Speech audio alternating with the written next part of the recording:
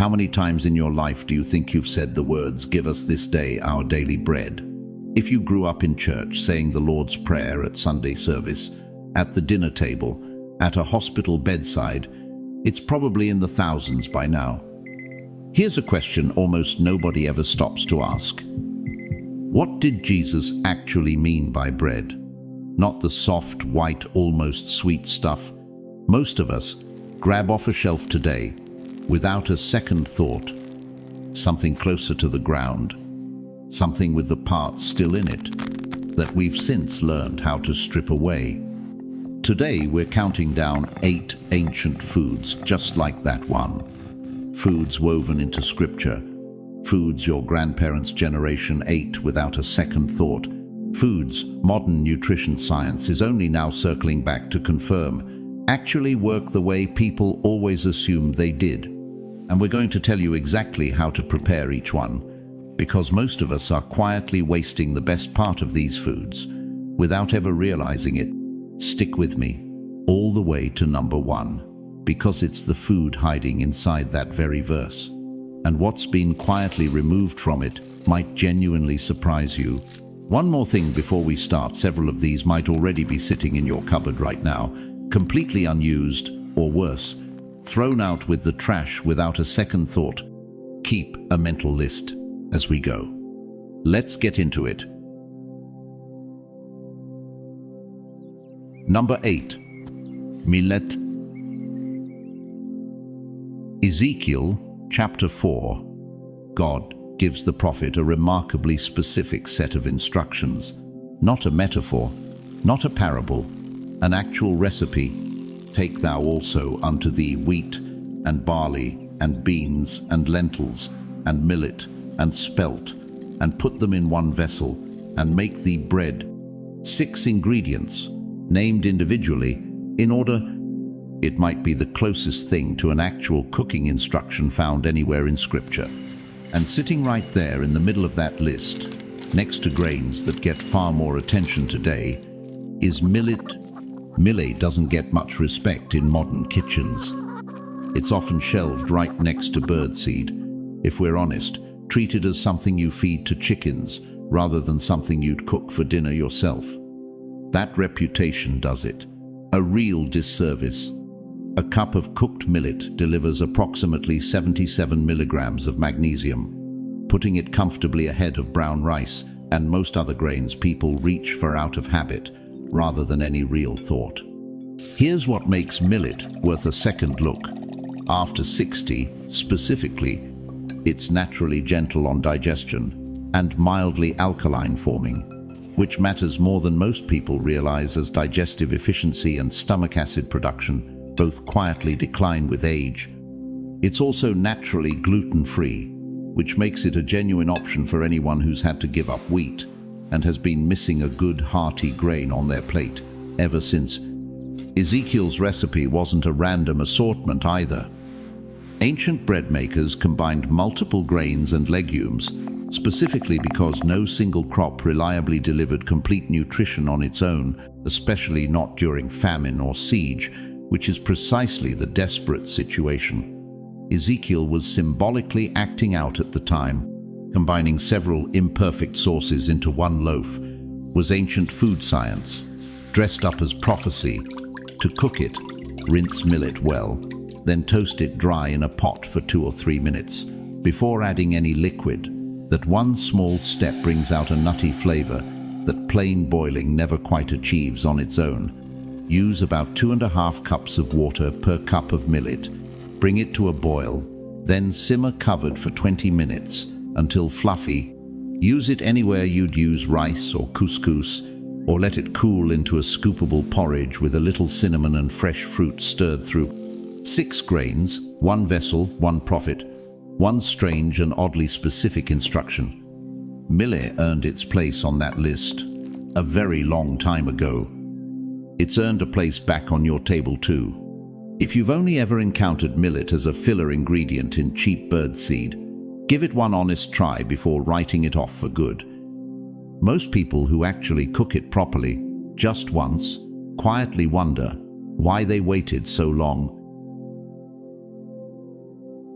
Number 7. Oats. The ancient Romans, for what it's worth, thought oats were beneath them.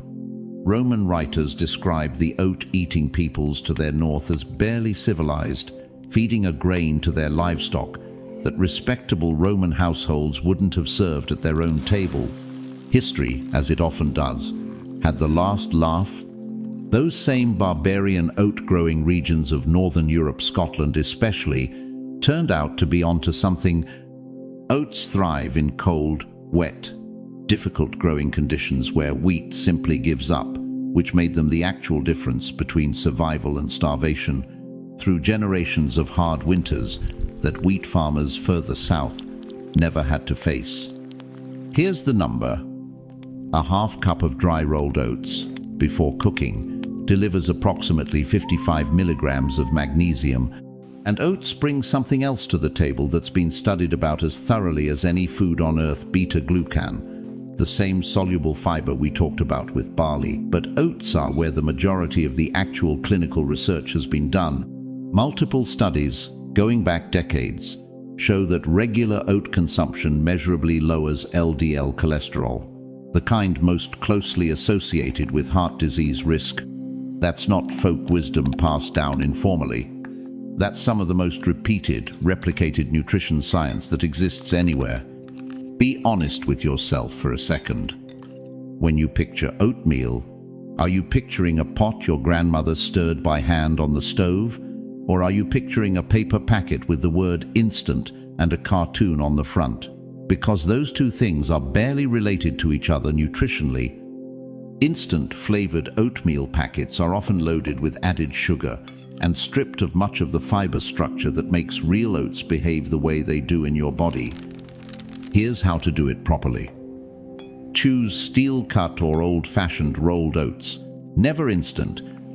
Combine 1 part oats with 2 parts water or milk.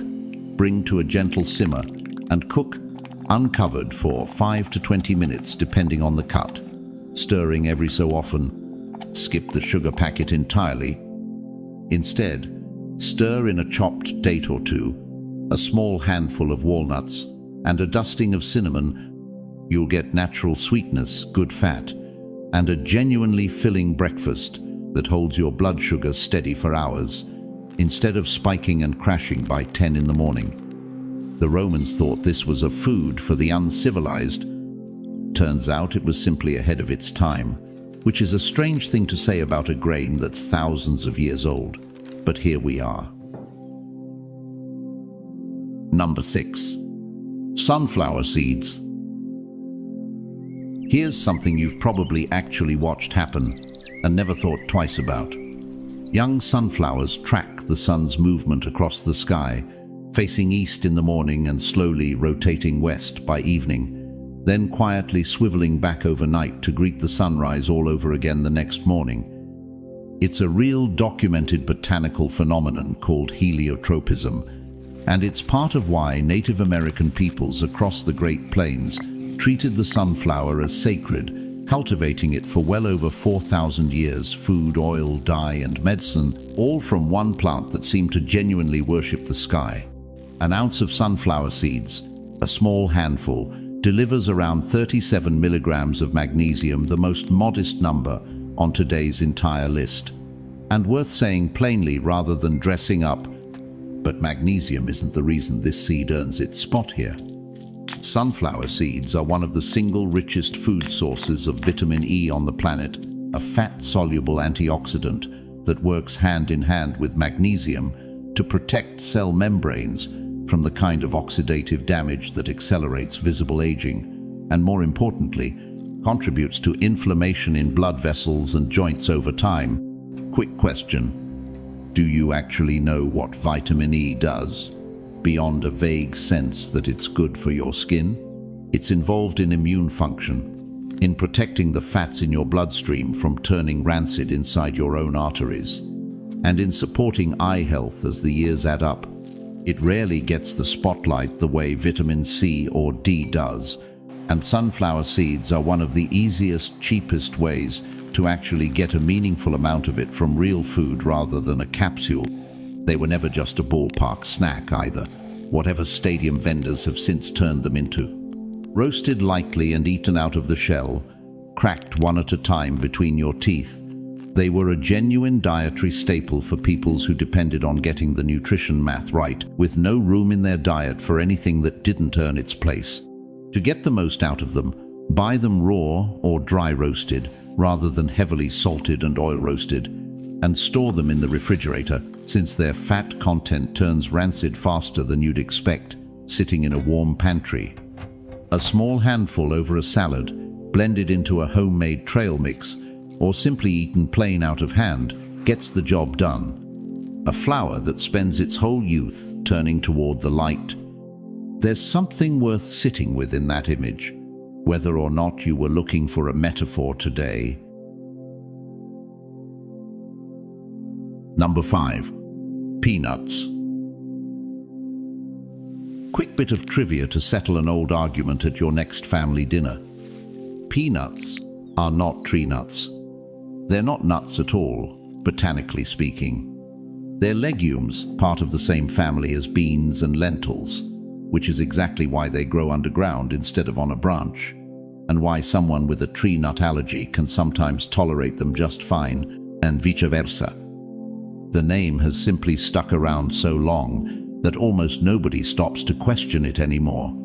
Peanuts were being deliberately cultivated in South America somewhere between 3,500 and 7,500 years ago, long before any European contact by indigenous peoples who spread the crop throughout the Americas, centuries before anyone from across the Atlantic ever set foot on the continent.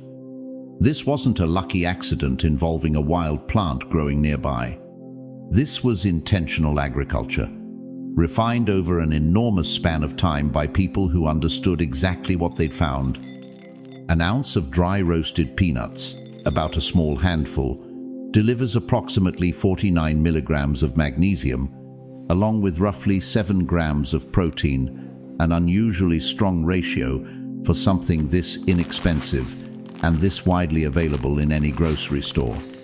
That combination of accessible protein and real magnesium matters for anyone watching a grocery budget while still trying to eat well, which, if we're honest, describes most of us at some point or another. Here's an experience almost everyone over 60 shares.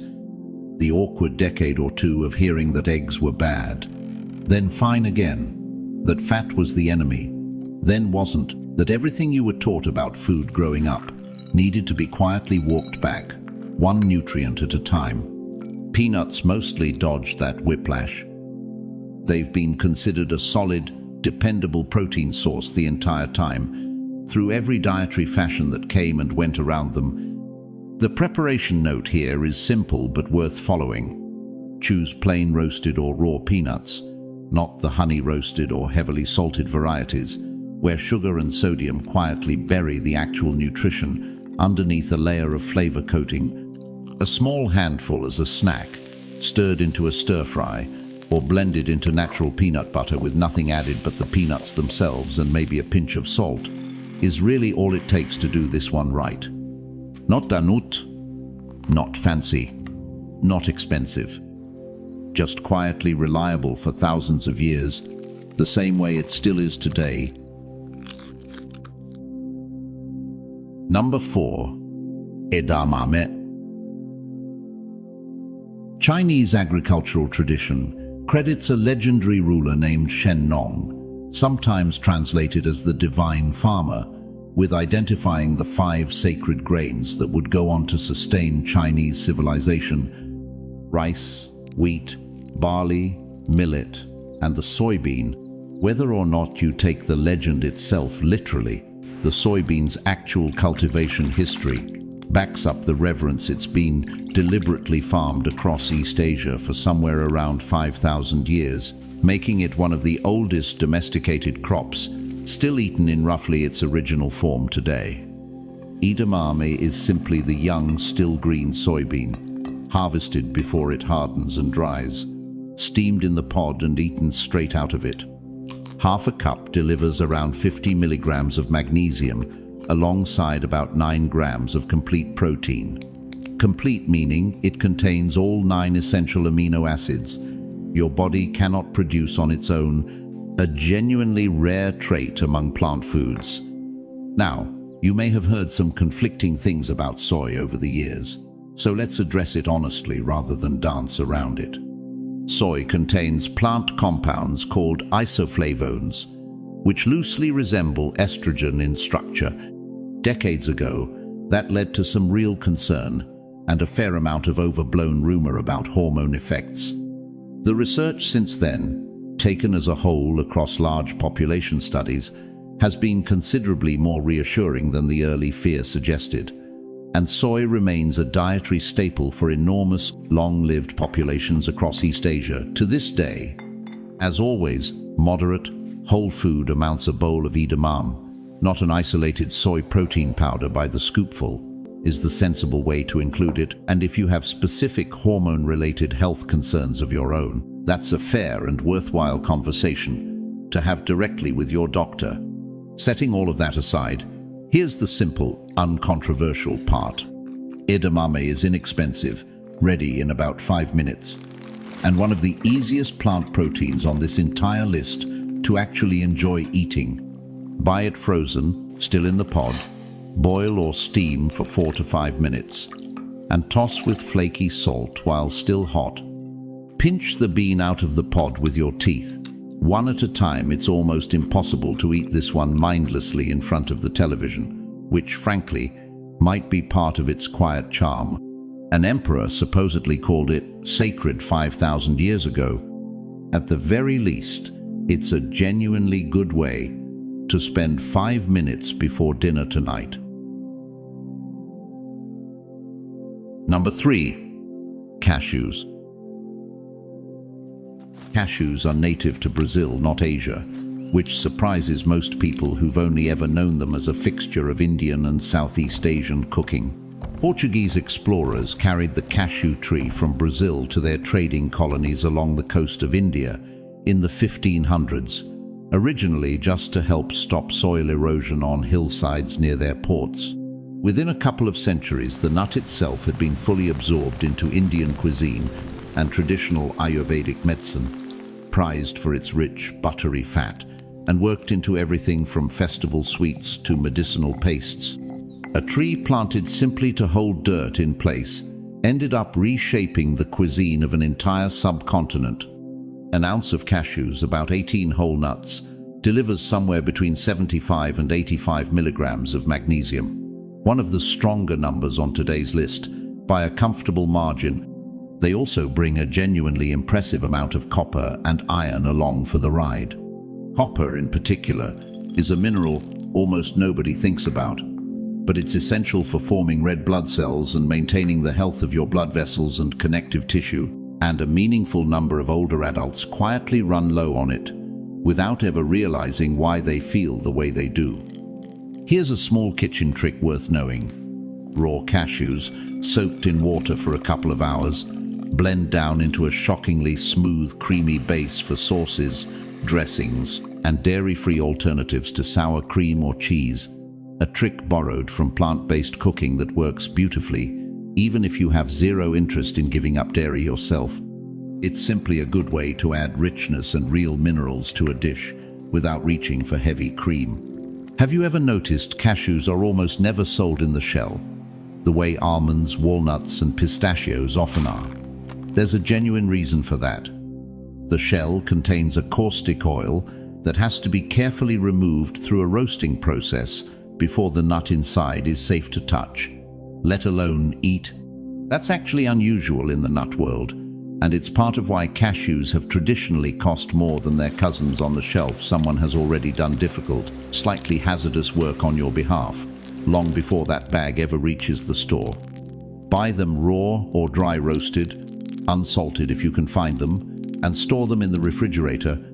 A small handful goes a long way, whether eaten plain, tossed into a stir-fry, or blended into that creamy sauce we just talked about. An ocean, a few centuries, and one erosion control tree, later cashews, ended up exactly where they belonged. Not bad for a plant that was never supposed to be dinner in the first place. just ground cover for a hillside. Number 2. Chia seeds. Chia was one of the 4 staple crops of the Aztec Empire, right alongside corn, beans, and amaranth, important enough that it was collected as tribute and used as a form of currency across the region. According to accounts passed down from the era, Aztec runners and warriors carried chia seeds on long journeys specifically because a small amount, mixed simply with water, was believed to sustain real physical endurance across an entire day of travel. Historians still debate exactly how far the legend stretches from the literal truth, but the reputation was strong enough that Spanish colonizers later banned chia cultivation. For much the same reason they banned amaranth. A food that powerful, tied that closely to Aztec identity and physical strength, was treated as a genuine threat to colonial control. The number backs up the reputation. An ounce of chia seeds, about 2 tablespoons, delivers close to 100 milligrams of magnesium, one of the highest figures anywhere on today's list. And chia brings something else remarkable to the table. When it touches liquid, it absorbs roughly 10 times its own weight in water, forming a gel almost instantly.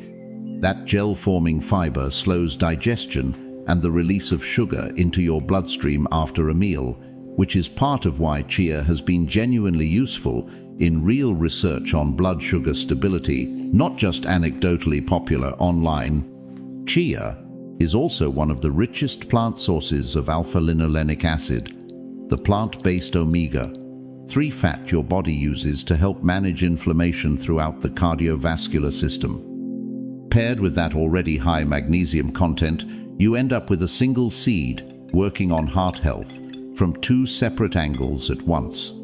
Here's the preparation note that actually matters. Whole chia seeds, unlike flaxseed, don't need to be ground to be digested. Their soft outer coating breaks down easily on its own once it's wet. What does matter is giving them time with liquid before eating. Stir 2 tablespoons into a cup of milk, water, or juice. Let it sit in the refrigerator for at least 20 minutes, or ideally, overnight, and it thickens into a pudding-like texture entirely on its own. No cooking required. Add a chopped date and a few walnuts on top, and you've built yourself a genuinely excellent breakfast in about 90 seconds of hands-on effort. An empire banned this seed because it was considered too closely tied to strength. All these centuries later, you can just pick up a bag of it at the grocery store. Number 1. Wheat bran.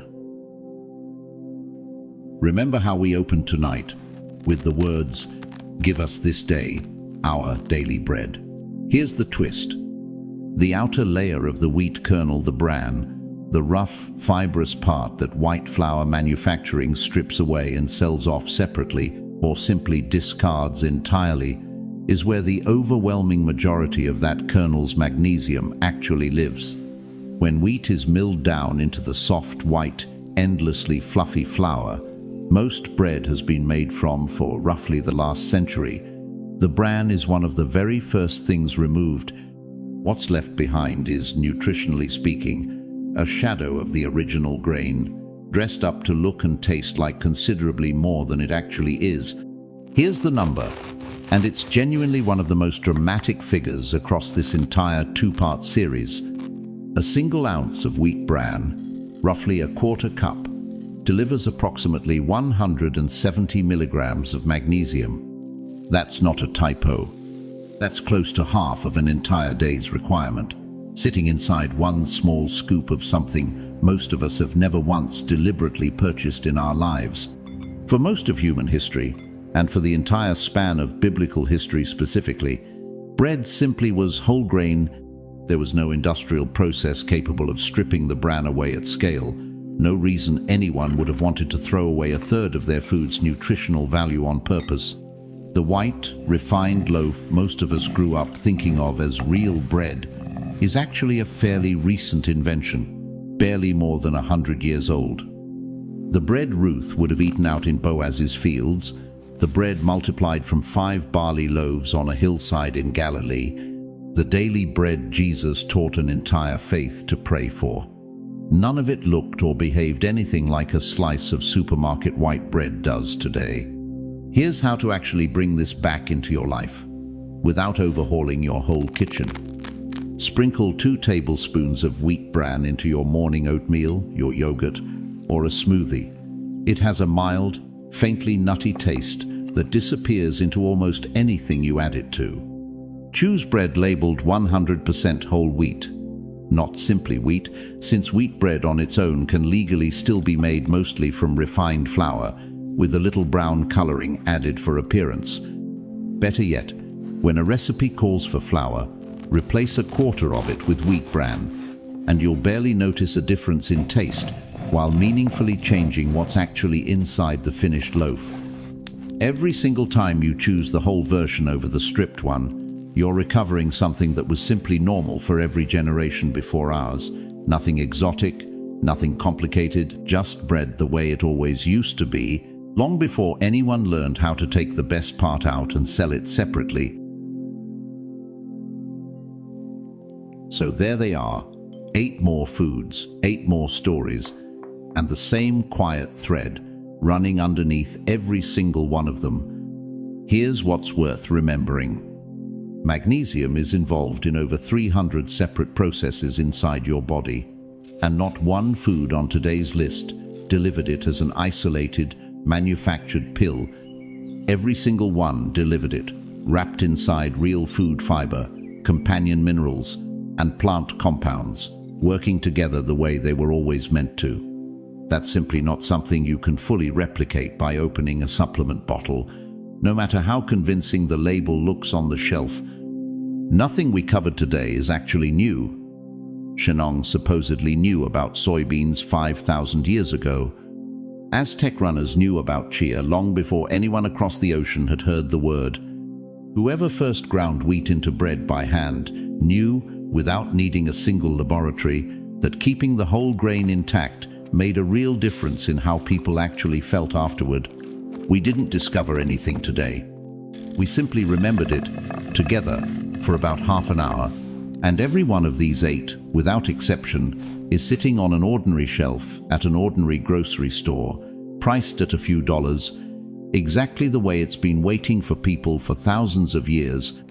No prescription required. Just a grocery list and a little intention. So here's what I genuinely want to know. Which one of these 8 caught you off guard the most? Was it discovering peanuts aren't technically nuts at all? Was it that number on the wheat bran? Or realizing what daily bread might have actually looked like in Jesus' own hands 2,000 years ago? Tell me in the comments below. I read every single one, and it's honestly what shapes where we go next. If today gave you something worth holding on to, do 2 things for us. Hit that like button, because it helps this reach someone else who needs to hear it just as much as you did today. A neighbor, a sibling, someone from church who's been quietly struggling and has no idea a grocery list could be part of the answer. And subscribe, because we do this every single week, working our way through the plants and the plain, unglamorous wisdom that got buried under about a century of shortcuts. Thank you for spending this time with us today. Genuinely, thank you. We'll see you in the next one.